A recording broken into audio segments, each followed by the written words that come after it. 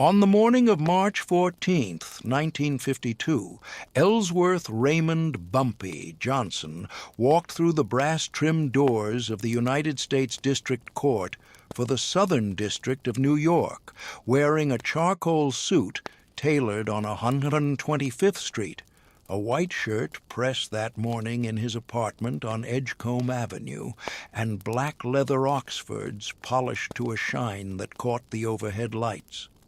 The courtroom occupied the 15th floor of the Foley Square Courthouse, a building constructed during the Depression with marble floors that echoed footsteps and high ceilings designed to remind visitors of federal authority.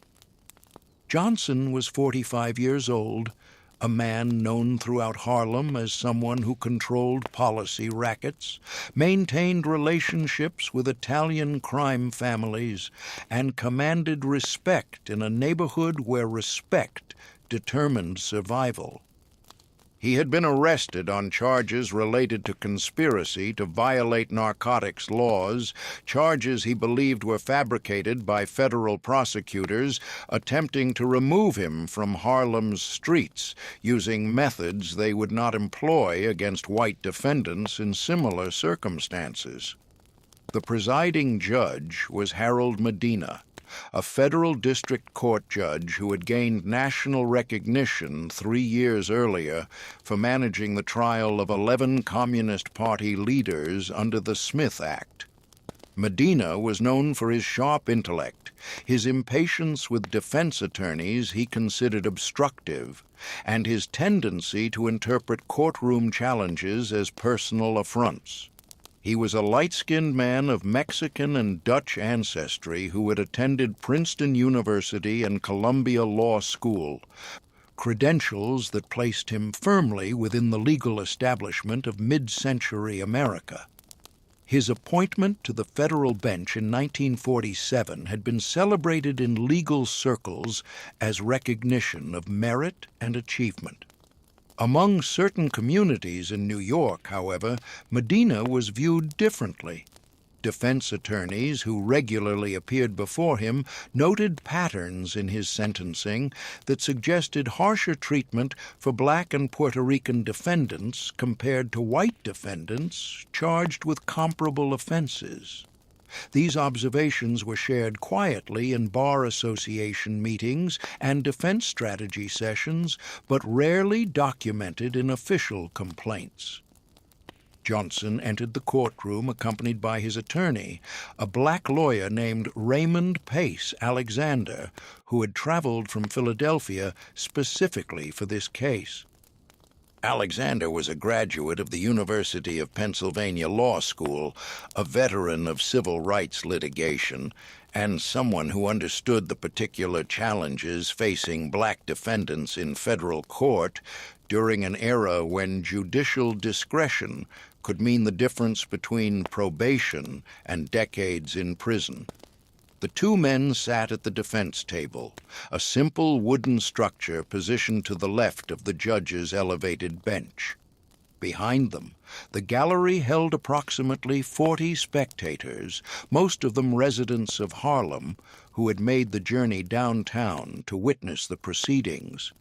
Among them were members of Johnson's extended network, small business owners who relied on his protection from extortion by rival groups, runners who operated under his supervision, landlords who consulted him when tenant disputes threatened to escalate into violence, and community organizers who appreciated his financial support for youth programs and emergency relief during hard winters.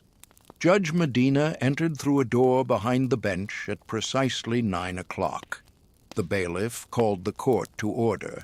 Medina arranged papers before him, adjusted his reading glasses, and looked toward the defense table with an expression that several observers later described as contemptuous. The preliminary hearing proceeded according to standard procedure for approximately 20 minutes. The prosecution outlined its case, alleging that Johnson had participated in a conspiracy to distribute heroin in Harlem through a network of subordinates who sold to users on street corners and in apartments throughout the neighborhood. The evidence consisted primarily of testimony from two confidential informants whose names were not disclosed to the defense, physical surveillance logs compiled by federal agents, and financial records suggesting that Johnson possessed income beyond what could be explained by legitimate employment. When Alexander rose to challenge the admissibility of certain evidence, arguing that the surveillance had been conducted without proper judicial authorization, Judge Medina interrupted before the attorney could complete his second sentence. The judge's voice carried clearly across the courtroom as he stated that he would not permit the defense to waste the court's time with frivolous motions designed to obscure the defendant's guilt. Alexander attempted to respond, citing relevant case law from recent Supreme Court decisions regarding Fourth Amendment protections. Medina cut him off again, this time more sharply, stating that he was familiar with constitutional law and did not require education from defense counsel. The judge then turned his attention directly to Johnson, addressing him not by name, but as "this defendant," and remarked that individuals who corrupted Negro communities with narcotics deserved no sympathy regardless of their standing among criminals. The use of the term Negro rather than colored or black was not in itself unusual for 1952, but the particular emphasis Medina placed on the word, combined with his facial expression and tone, communicated something beyond neutral description. Several observers in the gallery later reported that the judge appeared to linger on the word, to separate it from the rest of his sentence in a manner that suggested deliberate diminishment. He continued speaking, noting that Harlem would be better served if men like Johnson were removed permanently from society, and that he intended to ensure such removal through the maximum sentence allowed by law should the jury return a guilty verdict. This statement, delivered before any evidence had been presented to a jury, before any witness had been cross-examined, and before the defense had mounted any argument, violated fundamental principles of judicial impartiality that even first-year law students understood. Johnson sat without moving. His hands remained folded on the table before him. His expression did not change. He did not lean toward his attorney to whisper a response. He did not shift in his chair or make any gesture that might be interpreted as reaction. Those who knew him well recognized this stillness as something distinct from passivity. It was a form of control he had developed over decades navigating environments where visible emotion could be weaponized against you, where anger displayed became evidence of dangerous character, where fear shown invited further aggression. He had learned this control as a young man in South Carolina, where showing deference to white authority could mean survival, and showing resistance could mean death. He had refined it during years in New York's criminal ecosystem, where appearing weak encouraged challenges and appearing unhinged attracted unwanted attention from law enforcement. The hearing concluded with Judge Medina scheduling a trial date for late April and denying Alexander's motion to reconsider bail conditions. Johnson would remain free pending trial, but would be required to report weekly to a federal probation officer, a condition Medina emphasized by noting that he expected the defendant to comply given his people's well-known difficulties with following rules. This final comment produced a brief silence in the courtroom. The court reporter continued typing.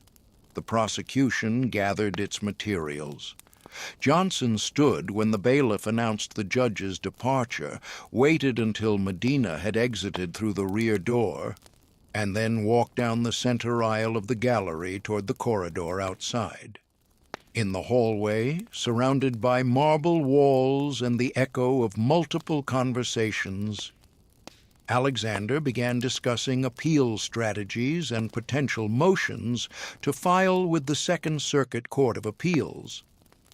Johnson listened, nodded occasionally, and said very little. The group from Harlem that had attended the hearing gathered near the elevator banks. Some expressed outrage at the judge's behavior. Others debated whether such treatment was worth challenging, given the likelihood that complaints against a federal judge would be ignored or would result in harsher treatment during trial. One older woman, a church deacon who had known Johnson since his arrival in New York 20 years earlier, suggested that perhaps acceptance was the wisest course, that fighting powerful white men in their own buildings rarely ended well for black people, regardless of the righteousness of the cause. Johnson thanked everyone for attending, shook hands with several people, and told them he would be in touch. He and Alexander took the elevator to the ground floor, exited onto Pearl Street, and walked north toward City Hall Park. The afternoon sun cast sharp shadows between buildings. Traffic moved steadily along the narrow streets of Lower Manhattan. Alexander continued outlining legal options, discussing precedents for judicial recusal based on demonstrated bias, considering whether to file a formal complaint with the Judicial Council that oversaw federal judges in the circuit. Johnson acknowledged each point, but offered little feedback. When they reached the park, he suggested they sit for a few minutes before Alexander caught his train back to Philadelphia. They found a bench facing the old courthouse across the park. Alexander finally asked directly what Johnson was thinking. Johnson was quiet for a long moment, watching pigeons gather around a woman scattering breadcrumbs near a fountain. Then he said he was thinking about systems, about how individual prejudice became dangerous only when backed by institutional power, about how Judge Medina's personal contempt would matter very little if Medina did not possess the authority to impose sentences, deny motions, and shape jury perceptions through his conduct during trial. He said he was thinking about how the federal judiciary operated, about how judges received their appointments, about what they valued beyond their formal authority, about what they feared losing. Alexander listened. He had represented numerous clients who responded to judicial bias with anger, with despair, with resignation. He had rarely encountered someone who responded with immediate analysis of structural vulnerabilities. Johnson explained that he had no interest in revenge, no desire to harm Judge Medina personally, and no illusion that expressing outrage would accomplish anything meaningful. What he wanted was to ensure that Medina could not use his position to railroad a defendant through a trial predetermined by racial prejudice. He wanted to change the conditions that made the judge's behavior possible, or at least impose costs that would make similar behavior in the future less likely.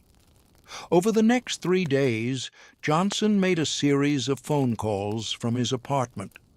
He did not shout into the telephone. He did not make threats.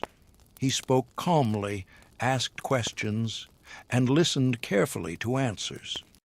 The first call went to a lawyer named Conrad Lynn, a black civil rights attorney who had represented sharecroppers in the South and conscientious objectors during World War II. Lynn had experience filing complaints against judges and understood the formal mechanisms through which judicial conduct could be challenged. Johnson explained what had occurred in Medina's courtroom, provided specific quotes as he remembered them, and asked whether there existed any realistic pathway to having the judge removed from the case. Lynn was frank in his assessment. Judicial recusal motions succeeded rarely, and only when bias was so explicit and well documented that ignoring it would create grounds for automatic reversal on appeal. A judge's intemperate remarks, while potentially relevant to appellate review, seldom constituted sufficient cause for recusal unless accompanied by financial conflicts of interest or personal relationships with parties in the case. Johnson thanked Lynn for the information and asked a different question. He wanted to know what Judge Medina cared about beyond his current position. Lynn considered this. Medina, he explained, had ambitions for higher judicial appointment, possibly to the Second Circuit Court of Appeals or even to the Supreme Court, if political circumstances aligned favorably. He had cultivated relationships with prominent attorneys, had spoken at prestigious law schools, and had positioned himself as a thoughtful jurist capable of managing complex cases. His reputation mattered to him intensely. The communist trial had made him famous within legal circles. He enjoyed that fame and sought to expand it. Any serious threat to his reputation, any credible challenge to his impartiality that gained public attention, would endanger his prospects for advancement and possibly damage his standing within the legal community he valued. The second call went to a journalist named Ted Poston, one of the few black reporters working for a major New York newspaper. Poston wrote for the New York Post and had covered racial issues in the city for years, including police brutality cases, housing discrimination, and criminal justice disparities. Johnson had met him at a Harlem social club 2 years earlier and had maintained occasional contact since. He explained the situation with Judge Medina, described the comments made in court, and asked whether Poston thought the story would interest his editors. Poston asked whether there were witnesses who could corroborate Johnson's account. Johnson provided names of several gallery attendees, including the church deacon, a school teacher, and a small business owner, all of whom were willing to speak on the record about what they had observed. Poston was cautious. A story criticizing a federal judge required substantial evidence and posed risks both to the newspaper and to the reporter. Editors were reluctant to publish accusations against members of the judiciary without documentation that could withstand legal scrutiny. However, if multiple credible witnesses confirmed that a judge had made racially charged remarks during a court proceeding and had prejudged a defendant's guilt before trial, that constituted legitimate news. Particularly if the judge in question was as prominent as Harold Medina. Poston said he would make preliminary inquiries, would speak to some of the witnesses, and would determine whether his editors had appetite for the story. The third call went to a minister named Reverend Adam Clayton Powell, Jr., who represented Harlem in the United States House of Representatives. Powell was a controversial figure, flamboyant and confrontational, willing to challenge racial discrimination in ways that more cautious civil rights leaders avoided. He had used his position in Congress to investigate discrimination in federal employment, had pushed for desegregation of military facilities, and had built a national platform by refusing to moderate his demands for racial equality. Johnson had contributed to Powell's campaign funds and had helped organize voter registration drives in Harlem that strengthened Powell's electoral position. He explained the situation with Judge Medina and asked whether Powell would consider raising questions about judicial bias in federal courts through his congressional role. Powell listened and asked specific questions about what Medina had said, about how many people had witnessed the remarks, and about whether Johnson was willing to have the incident become public. Johnson confirmed that he was prepared for publicity and understood that going public would likely intensify scrutiny on his own activities and background.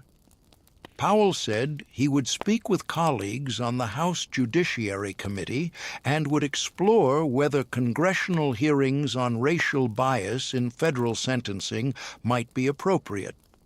Such hearings would not directly affect Johnson's case, but would create a broader context in which Medina's behavior could be examined as part of a systemic problem rather than as an isolated incident. The fourth call went to a different kind of contact. Johnson had relationships with several high-ranking members of Italian crime families who controlled various criminal enterprises in New York and who depended on stable arrangements with Harlem's policy operations.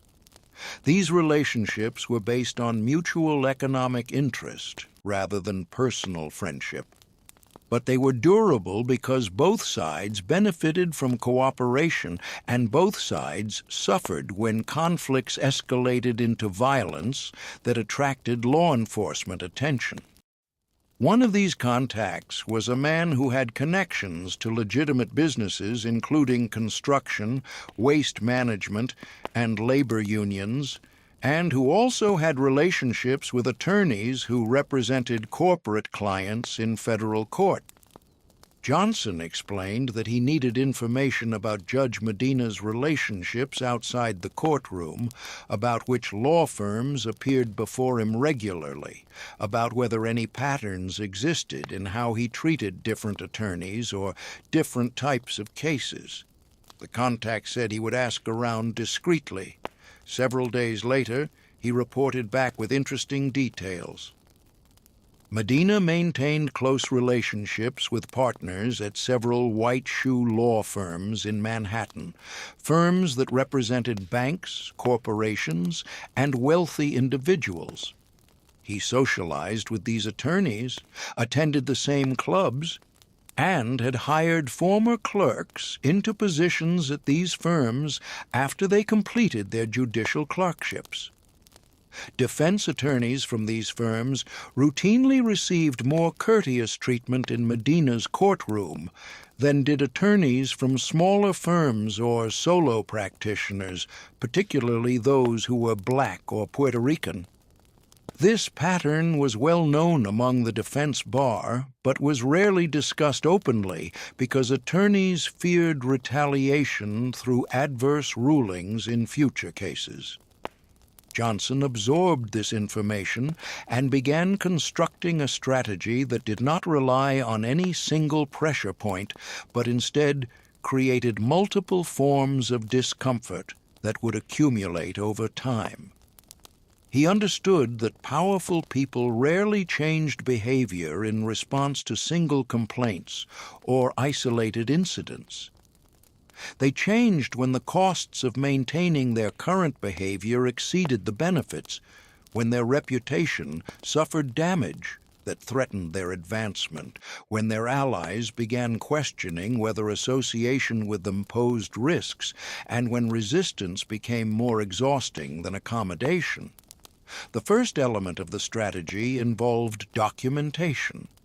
Johnson asked Alexander to prepare a detailed affidavit describing everything that had occurred during the March 14th hearing, including verbatim quotations of Judge Medina's remarks as Alexander had recorded them in his notes. Alexander understood the purpose. An affidavit from a respected attorney with no criminal record and significant standing in the legal community carried more weight than testimony from a defendant facing narcotics charges. Alexander spent 3 days drafting the document, had it notarized, and provided copies to Johnson. The second element involved witness statements.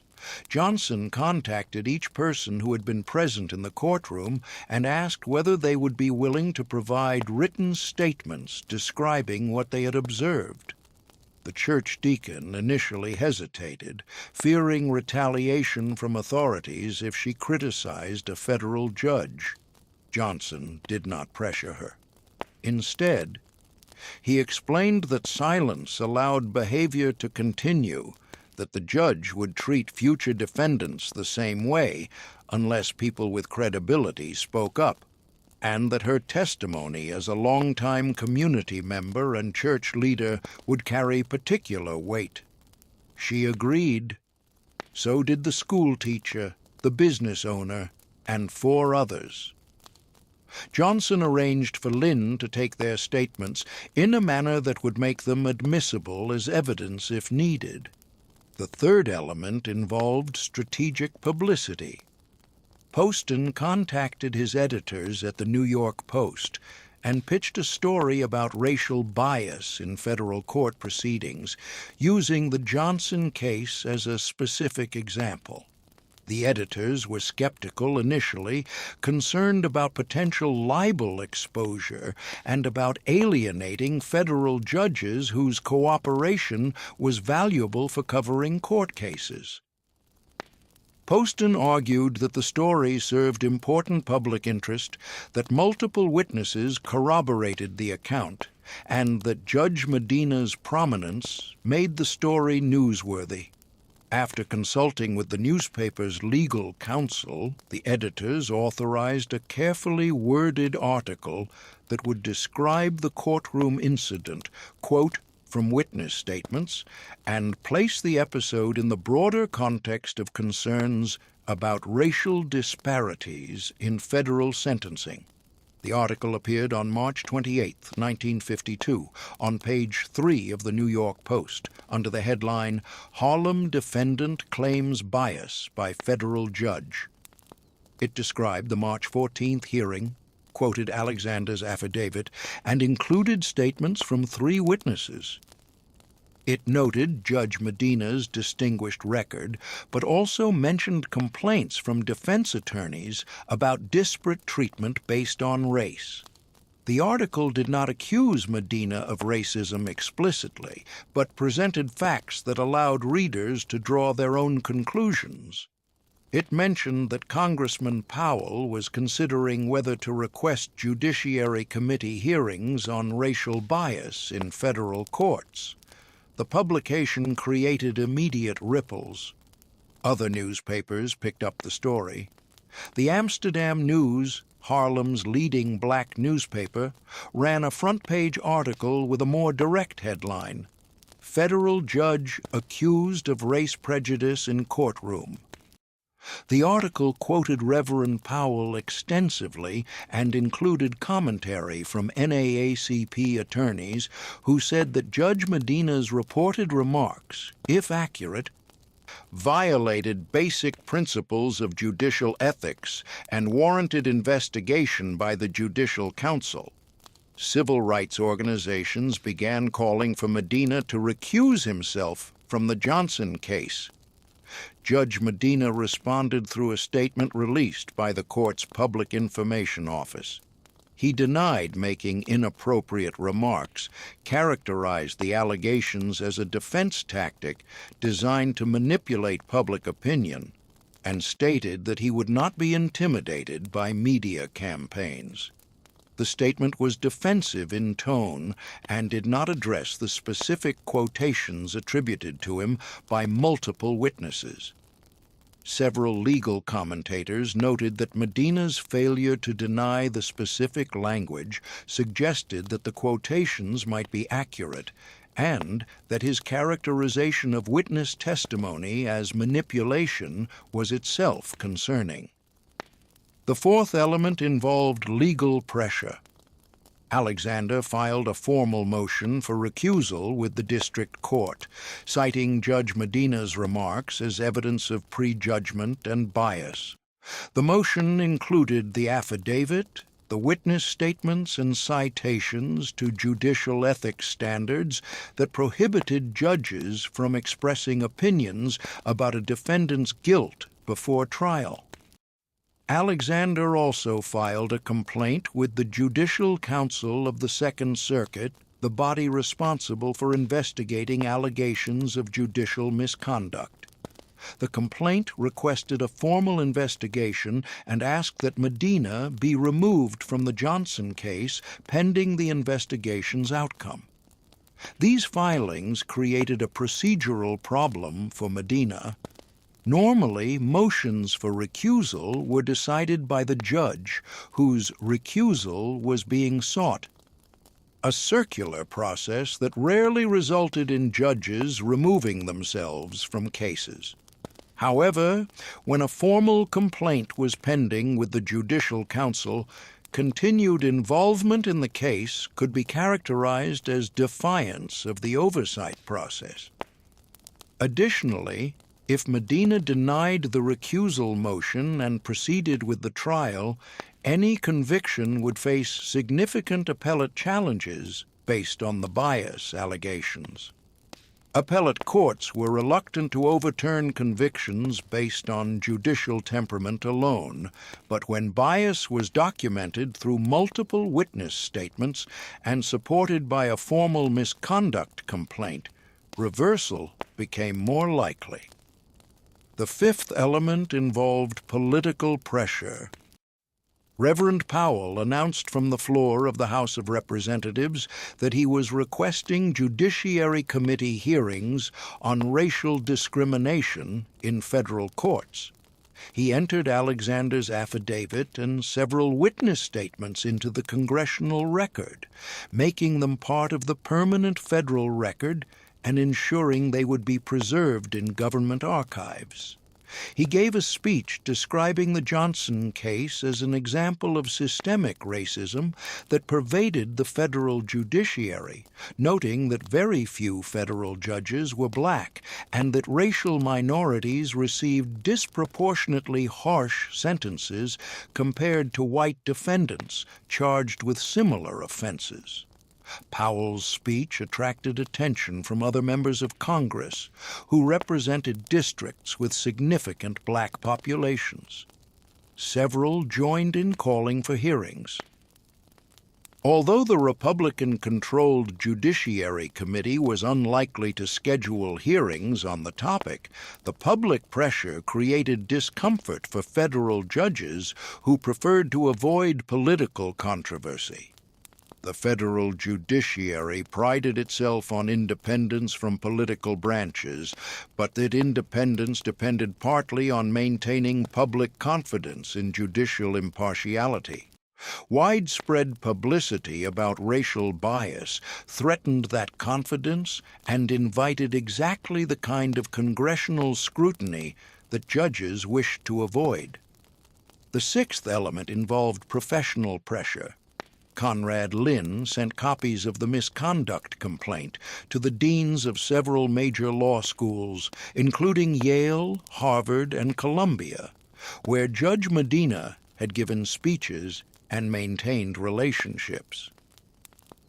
Lynn's cover letter explained that the complaint raised serious questions about judicial ethics and suggested that law schools might wish to reconsider invitations to judges facing credible allegations of bias. This was a subtle form of pressure. Law schools valued their reputations as ethical institutions and were sensitive to criticism that they provided platforms for judges who violated basic fairness principles. Several deans responded by quietly postponing scheduled appearances by Medina without publicly explaining the cancellations. Lynn also shared the complaint with the National Bar Association, the organization representing black attorneys, and with the American Civil Liberties Union. both organizations issued statements expressing concern about the allegations and calling for thorough investigation. The National Bar Association went further, announcing that it was collecting information about patterns of racial bias in federal sentencing and would use the Johnson case as a foundation for a broader report on judicial discrimination. Throughout this period, which spanned approximately 3 weeks from late March through mid-April, Johnson maintained his regular routines. He met with associates, managed his business interests, and complied with his bail conditions by reporting weekly to the probation officer. He did not speak publicly about the case. He did not give interviews to reporters. He allowed the various forms of pressure to develop independently, coordinating timing and information flow, but avoiding any appearance of orchestrating a campaign. This restraint was deliberate. If Johnson appeared to be manipulating media coverage or organizing political pressure, his efforts could be characterized as obstruction or witness intimidation. By maintaining distance and allowing credible intermediaries to advance the case on grounds of judicial ethics and civil rights, he positioned the challenge as a principled objection to bias rather than as a criminal defendant's attempt to escape justice. Judge Medina was not accustomed to sustained criticism. His career had been marked by steady advancement, professional recognition, and deference from attorneys who appeared before him. The accumulation of negative publicity, the formal misconduct complaint, the congressional attention, and the professional distancing by law schools and bar associations created a situation he had never confronted. Several attorneys who knew him reported that he appeared agitated during court proceedings in other cases, that he snapped at court staff, and that he expressed frustration privately about being targeted by people who did not understand the challenges of managing a crowded criminal docket. Behind the scenes, other federal judges began expressing concern to Medina. The chief judge of the Southern District spoke with him informally, suggesting that perhaps recusal might be appropriate given the controversy surrounding the case. The chief judge did not order recusal, but made clear that the continuing publicity was creating problems for the entire court, and that Medina's reputation was suffering damage that might prove difficult to repair. Colleagues who valued Medina's intellect and contributions to the bench nevertheless worried that his handling of the Johnson case was becoming a distraction and a liability. On April 18, 1952, Judge Medina filed a brief order recusing himself from United States v. Johnson. The order provided no explanation for the recusal, simply stating that in the interest of avoiding any appearance of impropriety, the case would be reassigned to another judge in the district. The order was 2 sentences long. It was filed in the afternoon and released to the press the same day. Legal observers understood that the brevity and lack of explanation suggested that Medina had recused under pressure rather than because he believed the bias allegations were valid. The case was reassigned to Judge Edward Weinfeld, who was known among defense attorneys as fair-minded and scrupulously careful about maintaining impartiality. When the case eventually proceeded to trial in June 1952, the prosecution's evidence proved weaker than the charging documents had suggested. The confidential informants provided contradictory testimony under cross-examination. The surveillance evidence showed Johnson meeting with various individuals but did not definitively establish narcotics transactions. The financial records indicated unexplained income, but did not prove its source. After 3 days of testimony, The jury deliberated for 7 hours and returned a verdict of not guilty on all counts. However, the story did not end with Johnson's acquittal. Judge Medina's reputation had sustained damage that proved difficult to repair. The misconduct complaint remained pending with the Judicial Council, and although the council ultimately took no formal disciplinary action, the investigation itself became part of Medina's permanent record. Law schools that had previously invited him to speak became less eager to extend invitations. The speculation about possible elevation to higher courts, which had been strong before the Johnson case, faded as political advisers noted that a judicial nominee with pending ethics complaints faced difficult confirmation prospects. More significantly, the publicity surrounding the case sparked broader examination of racial disparities in federal sentencing. The National Bar Association published its report in early 1953, documenting patterns showing that black defendants received longer sentences than white defendants for comparable offenses across multiple federal districts. The report used the Johnson case as a prominent example and cited Judge Medina's remarks as evidence that judicial bias contributed to sentencing disparities. The report led to calls for judicial training on racial bias and for increased diversity in federal judicial appointments. Within Harlem, the outcome carried different meanings. Some saw Johnson's success in forcing Medina's recusal as evidence that the legal system could be challenged effectively if one possessed resources, connections, and strategic intelligence. Others viewed it more cynically, noting that Johnson had prevailed partly because he had access to skilled attorneys, political connections, and media contacts that most black defendants lacked. The church deacon who had provided a witness statement reflected years later that the episode had taught her that power respected strategy more than righteousness, that institutions responded to pressure more readily than to appeals to conscience, and that change required not just moral clarity, but also careful organization and willingness to endure discomfort. For the attorneys who had participated in the effort, particularly Alexander and Lynn, the case demonstrated the possibility of holding federal judges accountable for bias, even when formal mechanisms for accountability were weak. They had understood from the beginning that a single complaint would likely be dismissed, that a single newspaper article would be forgotten, and that a single congressional speech would change nothing.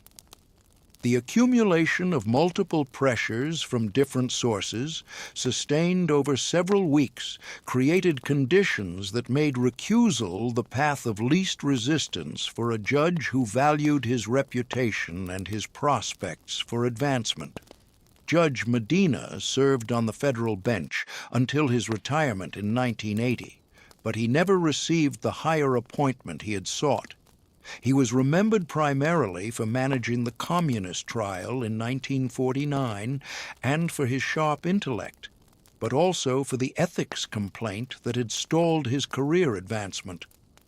In later years, some legal historians noted the Johnson case as an early example of strategic litigation aimed at challenging judicial bias, predating by more than a decade the systematic efforts by civil rights lawyers to document and challenge discrimination in criminal justice. Johnson himself rarely discussed the case in subsequent years. He continued his activities in Harlem until his death in 1968, maintaining influence through a combination of business acumen, strategic alliances, and genuine community support built on tangible assistance during difficult times.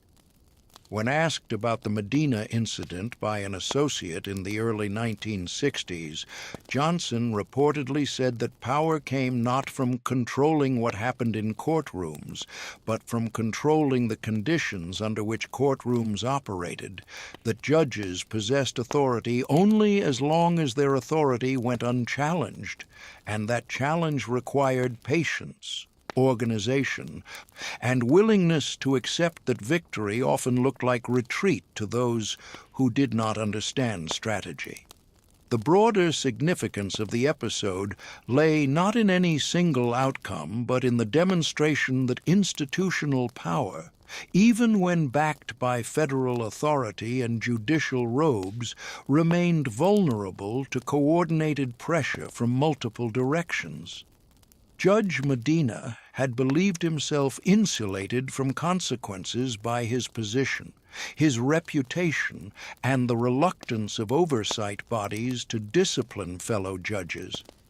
He had not anticipated that a criminal defendant would respond to judicial bias, not with anger or resignation, but with systematic analysis of vulnerabilities and methodical application of pressure at every available point. The strategy Johnson employed became a template, studied informally by defense attorneys and civil rights lawyers who recognized its effectiveness. It demonstrated that changing institutional behavior required identifying what institutions valued beyond their formal authority, what they feared losing, and what costs could be imposed through means other than direct confrontation.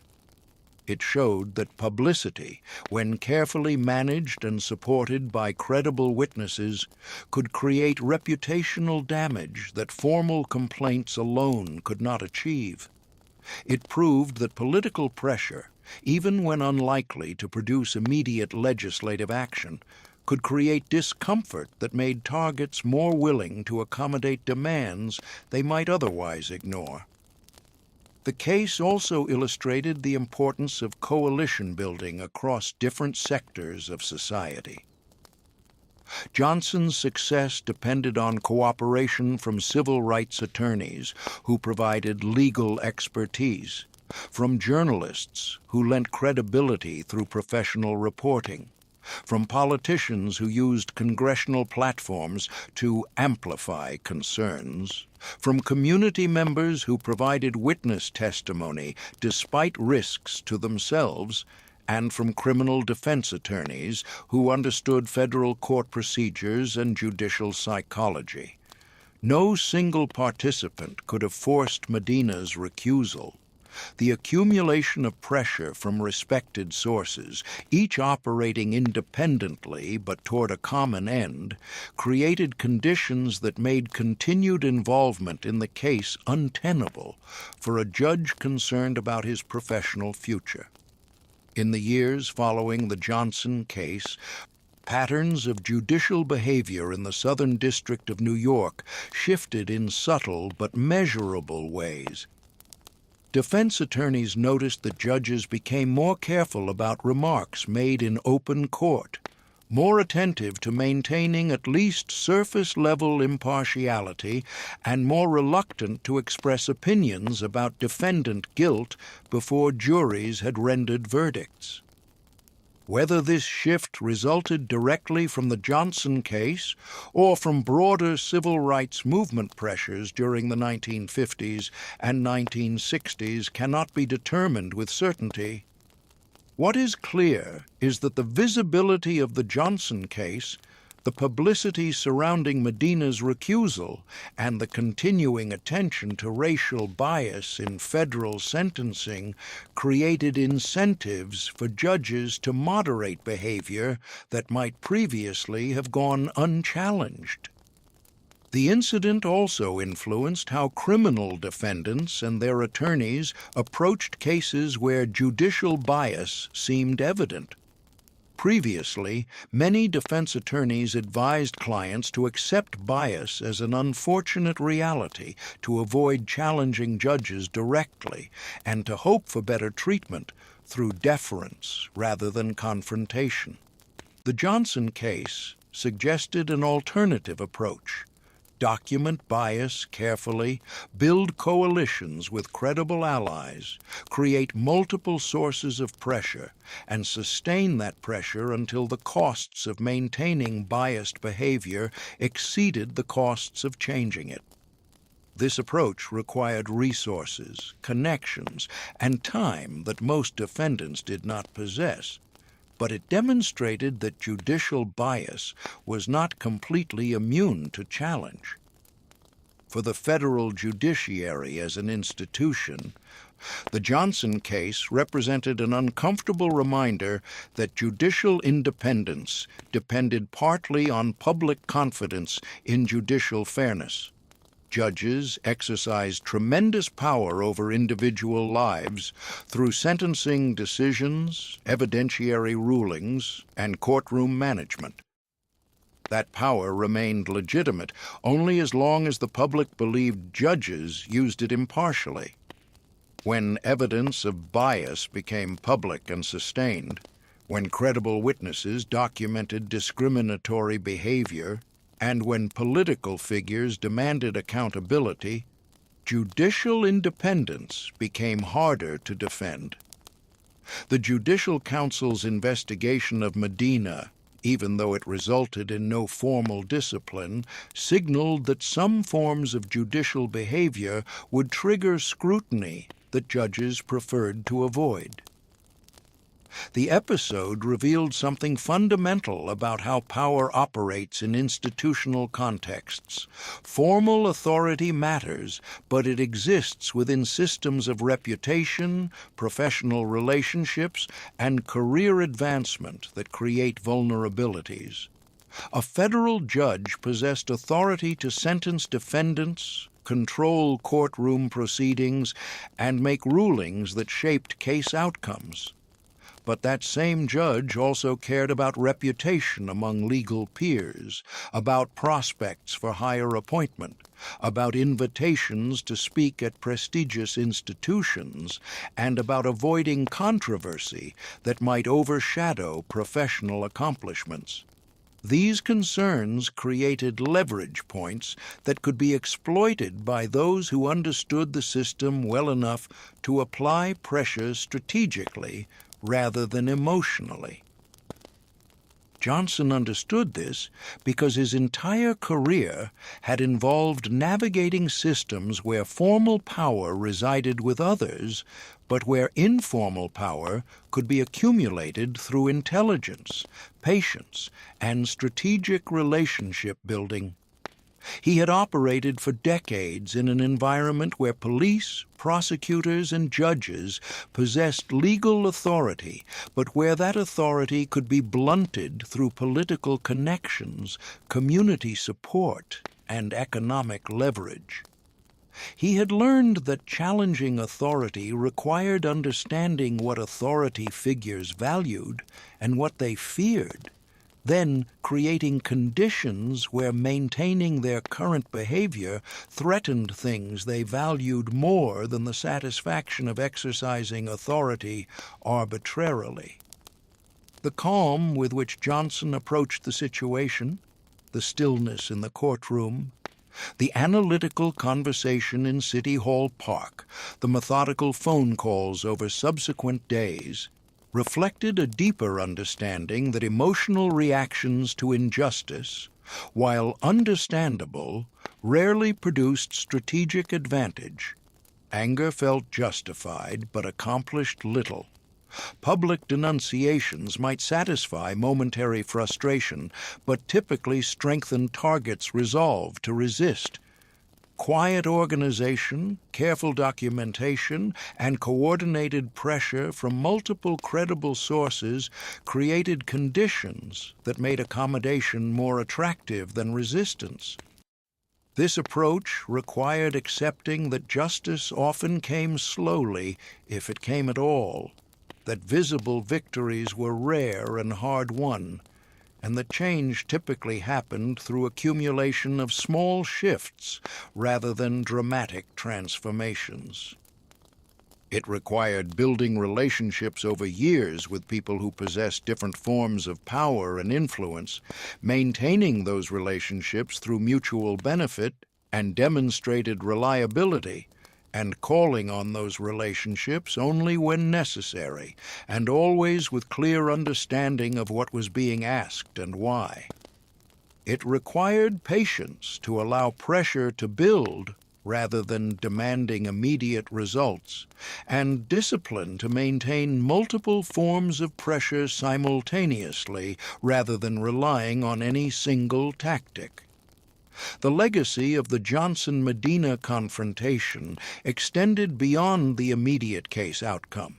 It became part of the oral history of Harlem's legal and political community, a story told to younger generations as illustration of how institutional power could be challenged even when formal mechanisms for accountability seemed inadequate. Defense attorneys mentioned it when training younger colleagues about strategies for addressing judicial bias. Civil rights lawyers cited it when discussing how to build public pressure around individual cases. Community organizers referenced it when explaining the importance of documentation, coalition building, and sustained pressure in challenging institutional discrimination. The story also illustrated the complex moral terrain occupied by figures like Johnson, men who operated outside the law in many respects, but who also provided services and protection that legal institutions failed to provide, and who sometimes challenged injustice more effectively than those working within established civil rights organizations. Johnson was not a civil rights leader in any conventional sense. He ran illegal gambling operations associated with organized crime figures and used violence when he deemed it necessary for maintaining order or protecting territory. Yet, when confronted with judicial bias that threatened not just his own freedom, but the broader principle that black defendants deserved fair treatment, he responded with strategic sophistication that matched or exceeded what many civil rights lawyers accomplished through conventional channels. This complexity resists simple moral categorization. It suggests that power and resistance to oppression can emerge from unexpected sources, that those who operate outside legal systems sometimes understand those systems better than those who work within them, and that effective challenge to institutional injustice requires not moral purity, but strategic intelligence and organizational capacity. The Johnson case demonstrated that forcing institutional change required less righteousness than resources, less moral authority than credible witnesses, less noble intention than clear understanding of how institutions actually functioned beneath their formal structures. In the end, Judge Medina recused himself not because he experienced moral awakening about his bias, not because he felt remorse for his treatment of Johnson, and not because formal oversight bodies compelled him to step aside.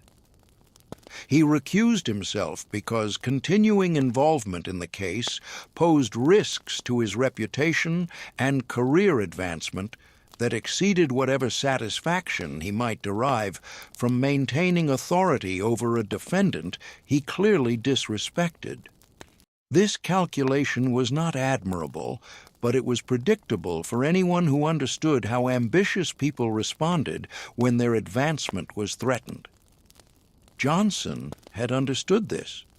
He had not appealed to Medina's conscience or argued for fairness or demanded apology. He had instead created conditions where recusal became Medina's least bad option among increasingly uncomfortable alternatives. This was power exercised through understanding of systems rather than through moral suasion, through organization rather than through righteous anger, through patience rather than through confrontation. It was quiet power, the kind that institutions often fail to recognize until after it has already reshaped the conditions under which those institutions operate. The courtroom where the confrontation began had been designed to communicate federal authority through marble and high ceilings and elevated benches. The judge had worn robes meant to signify impartial justice. The formal procedures had followed established patterns meant to ensure fairness. Yet beneath these surface structures lay deeper realities. Judges were human beings with ambitions and fears. Institutional authority depended on reputation and credibility, and power could be challenged by those who understood these vulnerabilities and possessed the patience and resources to exploit them systematically. When Bumpy Johnson walked out of that courtroom on March 14, 1952, maintaining silence and stillness in the face of public disrespect, he had already begun the process that would force a federal judge's recusal 5 weeks later. The silence was not submission. The stillness was not acceptance. They were the first moves in a strategy that would unfold methodically over subsequent weeks, applying pressure at multiple points until the target found accommodation less costly than resistance. This was the power that came from understanding systems, from building coalitions, from documentation and publicity and political pressure, sustained long enough to overcome institutional inertia. The victory was real, but quiet. The kind of victory that avoided celebration because those who understood what had been accomplished also understood how fragile and contingent such victories remained. Judge Medina recused himself from one case. The broader system of federal courts remained largely unchanged. Racial disparities in sentencing continued for decades, yet something had shifted. A federal judge had been held accountable for bias in a way that set precedent for future challenges. Documentation and publicity had proven effective tools for addressing judicial misconduct when formal oversight mechanisms proved inadequate. Coalition building across different communities and professional sectors had demonstrated its potential for creating pressure that institutions could not easily ignore. These lessons would inform subsequent civil rights litigation, community organizing, and strategic challenges to institutional racism.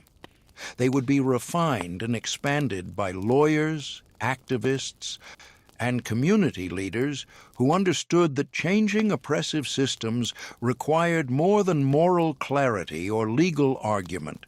It required the kind of strategic intelligence, organizational capacity, and sustained pressure that Bumpy Johnson had demonstrated in forcing Harold Medina's recusal, transforming personal confrontation with judicial bias into a broader lesson about how power could be challenged even when it seemed most secure.